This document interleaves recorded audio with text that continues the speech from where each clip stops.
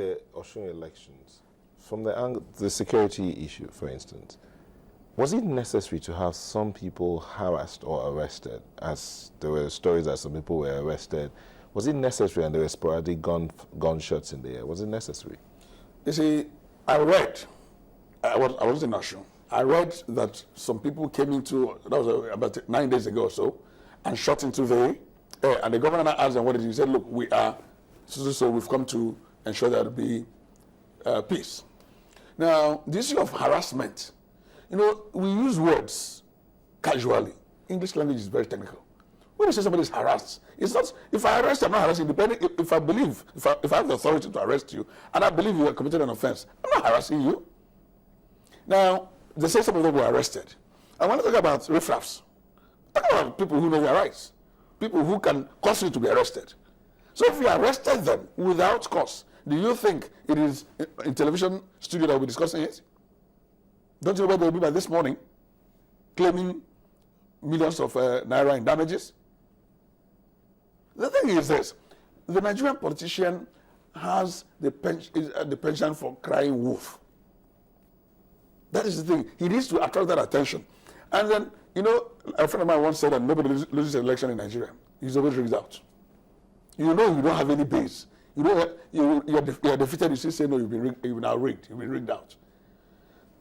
This APC was setting up Nigerians for, in the event that they lost that election, they will tell you, you see it, over militarization. They've rigged us out using the soldiers and police.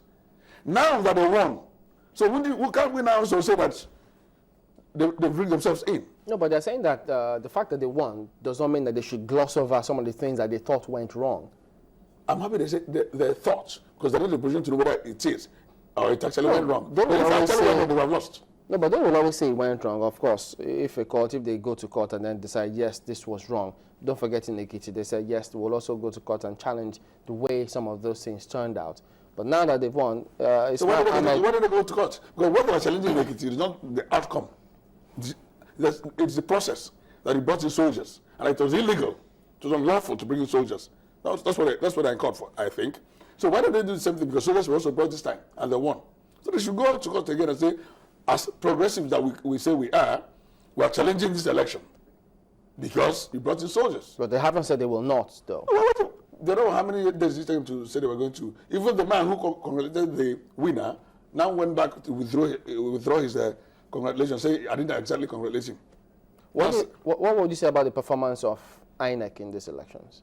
It was wonderful. It was good. If it wasn't, we wouldn't be discussing it like this here. It was good. And you see, the thing is this, APC is a party. It's made up of human beings. So chances are that they will win some elections. PDP is a party made up of human beings. So they must win some elections too. Even Labour Party and some other fringe parties. I've got one in Anambra. These parties, there are human beings in those parties.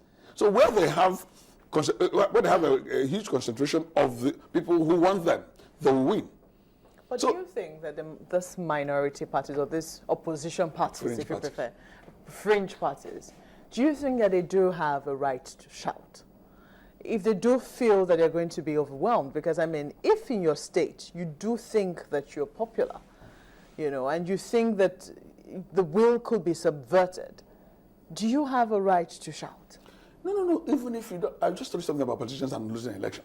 Even if you don't think you win, you will still shout. Nobody stops you from shouting. But I'm saying that their shouting shouldn't be such that can engender violence, endangering people's lives. They can make all their normal noise. No, if a politician doesn't make noise, what will he do? He has to make noise. But don't make the kind of noise that will engender violence, thereby endangering people's lives. Right now, federal government is PDP as well. You know, anything, the military is not PDP, police is PDP, SSS is PDP. Everything is PDP. But it's federal government of Nigeria. Tomorrow, actually, it could be APC. So are we not going to say once APC is in power, then, oh boy, all PDP will run out of Nigeria? Let's get your thoughts on Eyibio says, what we mean by over-militarization is the use of more force that can ordinarily be afforded in a general election. If that is over-militarized, that means right from, what do you call it, the election, it will over-militarize. what I'm saying. We don't have the personnel to deploy in the general election as we are doing in individual states now. And you see, we're trying to establish, what I think the president, the federal government is trying to do is, look, let us try to get people to know that you can win an election even without violence. Why send the military? Why over-militarize, so to speak, No, I'm saying that if we don't have it for 2015? No, I'm explaining. So, for instance, APC has won Osun State. Meanwhile, I'm supposed to be PDP and in charge of the military because I'm the president. Meanwhile, I let them go there and do their work. Anybody could win. So by the time we now get to 2015, where we can't afford this military to deploy them to all nooks and crannies of Nigeria, you will not look. I can win this election. After all, we won it. I'm talking about opposition party now. We won in Edo. We won in Osun. So that means I can actually win. So I don't need to fight with anybody. I don't need to rig or try to rig against anybody. So by then, hopefully, we'll have now inculcated in ourselves the discipline of going to vote and not fighting. Are we getting there? I mean, because we've seen some elections now and no result or no report of the kind of violence we used to record in time past. So we're getting there. But we cannot know because of the number of security personnel we have across board. Good, that's why I can't. So in whose court is this ball now? Because right now, you saw a policeman, you saw a soldier, and you said it to do the right thing. Because right is, go and cast a vote for whoever. Areboshala, or Mishore, or any other person. That's your business. And you went home, or you stood by peacefully, going on the internet and all that, playing, while waiting for the result.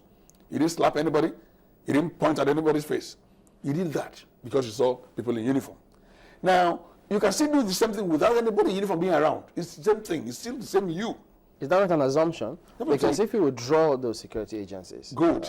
Now, there's no way you can, unless you want to import soldiers from China, bring 10 million, 20 million soldiers to come and help us. There's no way you are going to have this 25,000 soldiers in every state in 2015. It's not possible. So you don't have the personnel. Don't you think that